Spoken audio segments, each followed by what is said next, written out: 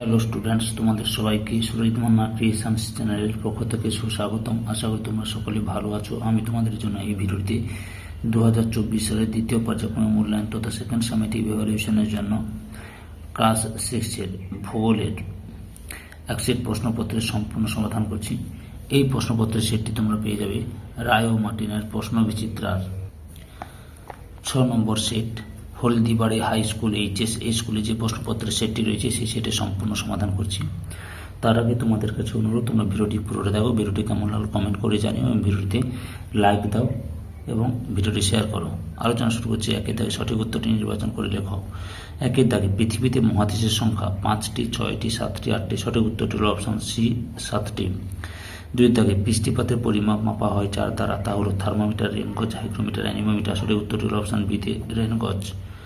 3 দাগে পশ্চিমবঙ্গে গ্রীষ্মকালে বিকেল বা সন্ধ্যে থেকে বজ্রবিদ্যুৎ সহ ঝড় বৃষ্টিকে বলে লু, আঁধি, পশ্চিমী ঝঞ্ঝা, কালবৈশাখী। সঠিক উত্তরটি হল অপশন সিতে পশ্চিমী ঝঞ্ঝা। 4 দাগে লাল মাটিতে অ্যালুমিনিয়াম, সিলিকা, লোহা, ম্যাগনেসিয়ামের পরিমাণ বেশি থাকে। সঠিক উত্তরটি হল অপশন সিতে লোহা বেশি থাকে। 5 দাগে ভারতের স্বাভাবিক উদ্ভিদকে 4টি, 5টি, 6টি, 7টি ভাগে ভাগ করা হয়েছে। সঠিক উত্তরটি হল অপশন বিতে 5টি ভাগে ভাগ করা হয়েছে। 6 নম্বর, ভারতের সিংহ দেখা যায় গির অরণ্যে, সুন্দরবনে, কচ্ছের রণে, পালামৌ অভয়ারণ্যে। সঠিক উত্তরটি হল অপশন এতে গির অরণ্যে। 2 দাগে শূন্যস্থান পূরণ করো। প্রথম প্রশ্ন, সূর্যরশ্মির যে অংশ পৃথিবীর বায়ুমণ্ডলকে উত্তপ্ত না করে সরাসরি মহাশূন্যে ফিরে যায় তাকে ড্যাশ বলে। উত্তরটি হল তাকে অ্যালবিডো বলে।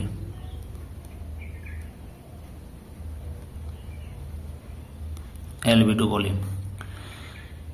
2 নম্বর প্রশ্ন, পৃথিবীর শীতলতম স্থানের নাম হলো ড্যাশ। উত্তরটি হলো আন্টার্কটিকার ভস্টক। এখানে তাপমাত্রা -89.2 ডিগ্রি সেলসিয়াস। 3 থেকে এক কথায় উত্তর দাও যে কোনো দুটি।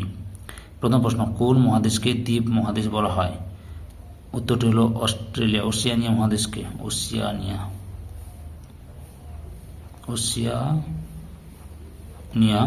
মহাদেশকে দ্বীপ মহাদেশ বলে। 2 নম্বর প্রশ্ন, খাদার ও ভাঙার কি?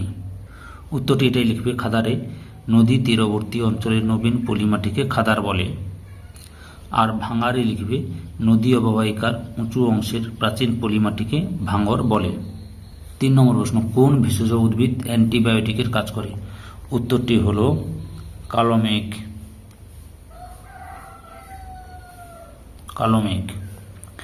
এরপর 4 থেকে সংক্ষিপ্ত উত্তর দাও যে কোনো দুটি। মাটি সংরক্ষণের দুটি পদ্ধতি আলোচনা করো। উত্তরটি এভাবে লিখবে, 1 নম্বর দিয়ে পশুচারণ নিয়ন্ত্রিত মাত্রায় করা উচিত। 2 নম্বর লিখবে মাটি বেশি গভীরে খনিজ সম্পদ আহরণ বন্ধ করা উচিত। 3 নম্বরে পাহাড়ে ঢালু অংশে ধাপ কেটে চাষ করা উচিত। তোমাদের যে কোনো দুটি পয়েন্ট লিখতে বলেছে, দুটি লিখতে বলেছে, আমি 3টে বললাম, নাহলে আরও আছে, তোমরা এখানে এগুলোও লিখতে পারো। ওকে। 2 নম্বর প্রশ্ন, আবহাওয়া ও জলবায়ুর পার্থক্য লেখো। উত্তরটি দেখো, পার্থক্যের ভিত্তিতে ধারণা, আবহাওয়া কোনো নির্দিষ্ট সময়ের কোনো নির্দিষ্ট স্থানের বায়ুমণ্ডলের বিভিন্ন উপাদানের দৈনন্দিন অবস্থা। জলবায়ু কোনো নির্দিষ্ট স্থানের 30 থেকে 35 বা 30 থেকে 40 বছরের আবহাওয়ার গড় অবস্থাকে জলবায়ু বলে। 2 নম্বরের স্থায়িত্বকাল, এটি স্বল্পকালীন অবস্থা, জলবায়ু হচ্ছে দীর্ঘকালীন অবস্থা। পরিবর্তনশীলতা, আবহাওয়া প্রতিদিন এমনকি প্রতি ঘন্টায় পরিবর্তিত হতে পারে, জলবায়ু ঋতুভেদে পরিবর্তিত হয়। 3 নম্বর প্রশ্ন, সমষ্ণ রেখার দুটি বৈশিষ্ট্য লেখো। 1 নম্বরে লিখবে, দুটো জায়গার মধ্যে উষ্ণতার পার্থক্য বেশি হলে সমষ্ণ রেখাগুলো কাছাকাছি ও উষ্ণতার পার্থক্য কম হলে সমষ্ণ রেখাগুলো দূরে দূরে অবস্থান করে। 2 নম্বর বৈশিষ্ট্যতে লিখবে, উত্তর গোলার্ধের চেয়ে দক্ষিণ গোলার্ধে জলভাগ বেশি থাকায় এই গোলার্ধের সমষ্ণ রেখাগুলো দূরে অবস্থান করে। 3 নম্বর বৈশিষ্ট্যতে লিখবে, সমষ্ণ রেখা কাছাকাছি অবস্থান করলেও কখনো পরস্পর ছেদ করে না। 4 নম্বর প্রশ্ন, কি কি বিষয়ের উপর নির্ভর করে একটি আদর্শ মাটির সৃষ্টি হয়? আদর্শ মাটির সৃষ্টি হওয়ার নিয়ন্ত্রণগুলি হলো 1 নম্বরে জলবায়ু, 2 নম্বরে আদিশিলা, 3 নম্বরে জৈব পদার্থ, 4 নম্বরে ভূপ্রকৃতি ও 5 নম্বরে সময়। এই 5টি লিখলেই হবে। ওকে। 5 থেকে নিচের প্রশ্নগুলি উত্তর দাও যে কোনো দুটি। প্রথম প্রশ্ন, আন্টার্কটিকাকে বিজ্ঞানের মহাদেশ বলা হয় কেন? উত্তরটি লক্ষ্য করো, 1957 থেকে 58 সাল আন্তর্জাতিক ভূপদার্থ বর্ষ হিসেবে ঠিক হয় এবং আন্টার্কটিকা মহাদেশ বিজ্ঞানের মহাদেশ রূপে চিহ্নিত হয় কারণ 1 নম্বরে অজানা তথ্য সম্পর্কে জ্ঞান লাভ হল বিজ্ঞান, আর আন্টার্কটিকা মহাদেশ মানুষের কাছে একটা অজানা তথ্যে সমৃদ্ধ মহাদেশ। 2 নম্বর পয়েন্টে লিখবে, এই অজানা সব তথ্য জানতে ভূমিরূপবিদ্যা, আবহাওয়া বিজ্ঞান, হিমবিদ্যা, সমুদ্র বিজ্ঞান, পদার্থ বিজ্ঞান, জীবন বিজ্ঞান, মৃত্তিকা বিজ্ঞান, খনিজ বিজ্ঞান প্রভৃতি বিষয়ে নানা দেশের বিজ্ঞানীরা গবেষণা শুরু করেছেন। এই ভূখণ্ড কোনো দেশের অধীন নয়, এটি আন্তর্জাতিক ভূখণ্ড। তাই ভারত সহ 40টিরও বেশি দেশের 100টারও বেশি গবেষণাগার গড়ে উঠেছে এই মহাদেশে। 2 নম্বর প্রশ্ন, মৌসুমী বায়ুর 3টি বৈশিষ্ট্য লেখো। ভারতের মৌসুমী বায়ুর নিম্নলিখিত বৈশিষ্ট্যগুলি দেখা যায়। 1 নম্বর বৈশিষ্ট্যতে লিখবে ঋতুচক্র। গ্রীষ্ম, বর্ষা, শরৎ ও শীত এই 4টি ঋতুর উপস্থিতি সারা বছর দেখা যায়। 2 নম্বর বৈশিষ্ট্যতে লিখবে বৃষ্টিপাতের অসম বন্টন। বৃষ্টিপাতের অসম বন্টনের ফলে সারা দেশে একরকম বৃষ্টিপাত হয় না। উত্তর পূর্ব ভারতে পরিমাণে বেশি বৃষ্টি হয়, মধ্য ও পশ্চিম ভারতে গুজরাট ও রাজস্থানে তার চেয়ে কম হয়, দক্ষিণ ভারতে বৃষ্টিপাত বেশি, তামিলনাড়ু, করমণ্ডল উপকূলে বছরে 2বার বৃষ্টি হয়। 3 নম্বর বৈশিষ্ট্যতে লিখবে বৃষ্টিপাতের অনিশ্চয়তা। সব জায়গায় সব বছরে এক সময় একই পরিমাণ বৃষ্টি হয় না। অসময়ে বৃষ্টি, অনাবৃষ্টি, অতিবৃষ্টিতে বন্যা প্রায় প্রতি বছরই কোথাও না কোথাও হয়ে থাকে। 4 নম্বর বৈশিষ্ট্যতে লিখবে আর্দ্রতার বিভিন্নতা। মৌসুমী বায়ুতে গ্রীষ্মকালে বেশি এবং আর্দ্রতা থাকে এবং শীতকালে কম থাকে।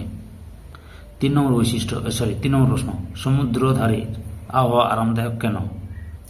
উত্তর, সমুদ্রের ধারে আবহাওয়া আরামদায়ক কারণ 1 নম্বরে উষ্ণতার প্রসার কম। স্থলভাগের তুলনায় জলভাগ ধীরে ধীরে উষ্ণ হয় এবং ধীরে ধীরে শীতল হয়। এই বৈশিষ্ট্যের জন্য সমুদ্র ধারের স্থানগুলিতে দৈনিক বা বার্ষিক উষ্ণতার প্রসার বেশি হয় না, অর্থাৎ দিনের বেলা বা গ্রীষ্মকালে উষ্ণতা খুব বেশি হয় না এবং রাতে বা শীতকালে উষ্ণতা খুব কমে যায় না, তাই আবহাওয়া আরামদায়ক লাগে। 2 নম্বরে লিখবে আর্দ্র সমুদ্র বায়ু। আর্দ্র সমুদ্র বায়ুর প্রভাবে সমুদ্র উপকূলের স্থানগুলিতে সমভাবাপন্ন জলবায়ু লক্ষ্য করা যায়। এই বায়ুর প্রভাবে সমুদ্রধারের স্থান না বেশি উষ্ণ হয় বা না বেশি শীতল হয়, তাই আবহাওয়া আরামদায়ক থাকে। এই কারণে সমুদ্রের পাশে অবস্থিত মুম্বাই, দীঘা, পুরী এর আবহাওয়া সমুদ্র থেকে দূরে থাকা দিল্লির তুলনায় আরামদায়ক। 4 নম্বরে লিখবে বিশ্ব উষ্ণায়ন বলতে কি বোঝো? উত্তরতে লিখবে পৃথিবীতে অষ্টাদশ শতকের মাঝামাঝি সময়কালে শিল্প অশ্বেত বিপ্লবের মাধ্যমে কার্বন ডাইঅক্সাইড, মিথেন, ক্লোরোফ্লোরোকার্বন প্রভৃতি গ্যাসের মাত্রা অতিরিক্ত বৃদ্ধিতে বায়ুমণ্ডলের গড় তাপমাত্রা বেড়ে গিয়ে যে অস্বাভাবিক অবস্থার সৃষ্টি হয় তাকে বিশ্ব উষ্ণায়ন বলে। কারণ লিখবে পরিবেশে অতিরিক্ত জীবাশ্ম জ্বালানি দহন, দ্রুত নগরায়ন, বনভূমি বিনাশ, কৃষিক্ষেত্রে অত্যধিক রাসায়নিক সারের ব্যবহার বিশ্ব উষ্ণায়ন সৃষ্টি করে। প্রভাব বিশ্ব উষ্ণায়নের ফলে পৃথিবীর গড় তাপমাত্রা 1 ডিগ্রি থেকে 2 ডিগ্রি সেলসিয়াস বেড়ে গেছে। উভয় মেরু অঞ্চলে বরফ গলতে শুরু করেছে। 3 নম্বর বিভিন্ন প্রজাতির উদ্ভিদ ও প্রাণীর ক্রমাগত বিনাশ ঘটেছে। 6 থেকে নিচের প্রশ্নটির অনধিক 80টির শব্দের মধ্যে উত্তর দাও যে কোনো একটি। 1 নম্বরে পৃথিবীর বায়ুমণ্ডলের স্তরগুলির সংক্ষিপ্ত বর্ণনা দাও। উত্তরটি লক্ষ্য করো। উত্তর, পৃথিবীর গায়ে লেগে থাকা বায়ুমণ্ডলকে ভূপৃষ্ঠ থেকে উপরের দিকে উষ্ণতা তারতম্য অনুসারে 6টি স্তরে ভাগ করা হয়। 1 নম্বরে ট্রপোস্ফিয়ার। বায়ুমণ্ডলের সবচেয়ে নিচের স্তরটিকে ট্রপোস্ফিয়ার বলে। বিস্তার, নিরক্ষীয় অঞ্চলে সমুদ্রপৃষ্ঠ থেকে উপরের দিকে 16 থেকে 18 কিমি এবং মেরু অঞ্চলে প্রায় 8 কিমি পর্যন্ত বিস্তৃত।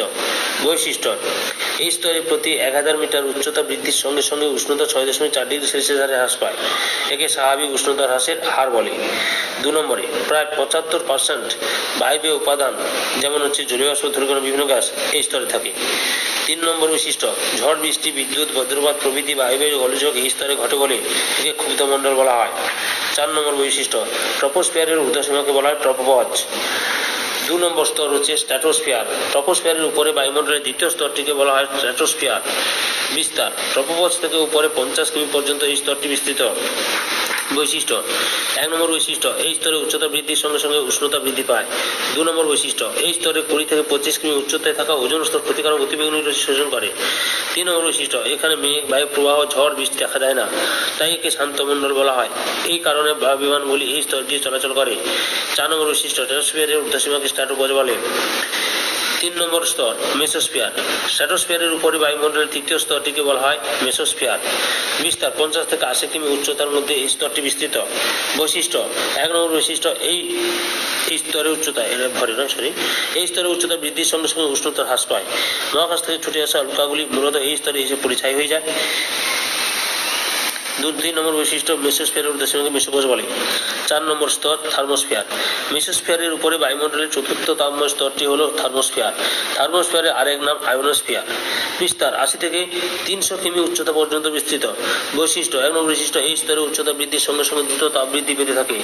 2 নম্বর বৈশিষ্ট্য, এখানে বায়বীয় কণা প্রায় নেই, তাই আকাশ কালো দেখায়। 3 নম্বর বৈশিষ্ট্য, এখানে গ্যাসের অণুগুলি আয়নিত অবস্থায় থাকে, তাই একে আয়োনোস্ফিয়ার বলে। 4 নম্বর বৈশিষ্ট্য, এই স্তর থেকে বেতার তরঙ্গ প্রতিফলিত হয়ে ভূপৃষ্ঠে ফিরে আসে। 5 নম্বর বৈশিষ্ট্য, অতিবেগুনি রশ্মির কারণে এই স্তরের তাপমাত্রা 200 ডিগ্রি সেলসিয়াসে পৌঁছে যায়। 5 নম্বর স্তর এক্সোস্ফিয়ার। থার্মোস্ফিয়ারের উপরের স্তরটিকে বলা হয় এক্সোস্ফিয়ার। বিস্তার 300 থেকে 1500 কিমি পর্যন্ত বিস্তৃত। বৈশিষ্ট্য: এখানে হিলিয়াম, হাইড্রোজেন গ্যাসের প্রাধান্য দেখা যায়। কৃত্রিম উপগ্রহ মহাকাশ স্টেশনের স্তরে থাকে। 6 নম্বর তথা লাস্ট স্তরটির নাম হচ্ছে ম্যাগনেটোস্ফিয়ার। এক্সোস্ফিয়ারের উপরে বায়ুমণ্ডলের শেষ সীমা পর্যন্ত বায়ু স্তরকে ম্যাগনেটোস্ফিয়ার বলে। বিস্তার 1500 থেকে 10000 কিমি পর্যন্ত বিস্তৃত। বৈশিষ্ট্য: এই স্তর বায়ুমণ্ডলকে বেষ্টন করে একটি স্থায়ী তড়িৎ চুম্বকীয় ক্ষেত্রের সৃষ্টি হয়েছে।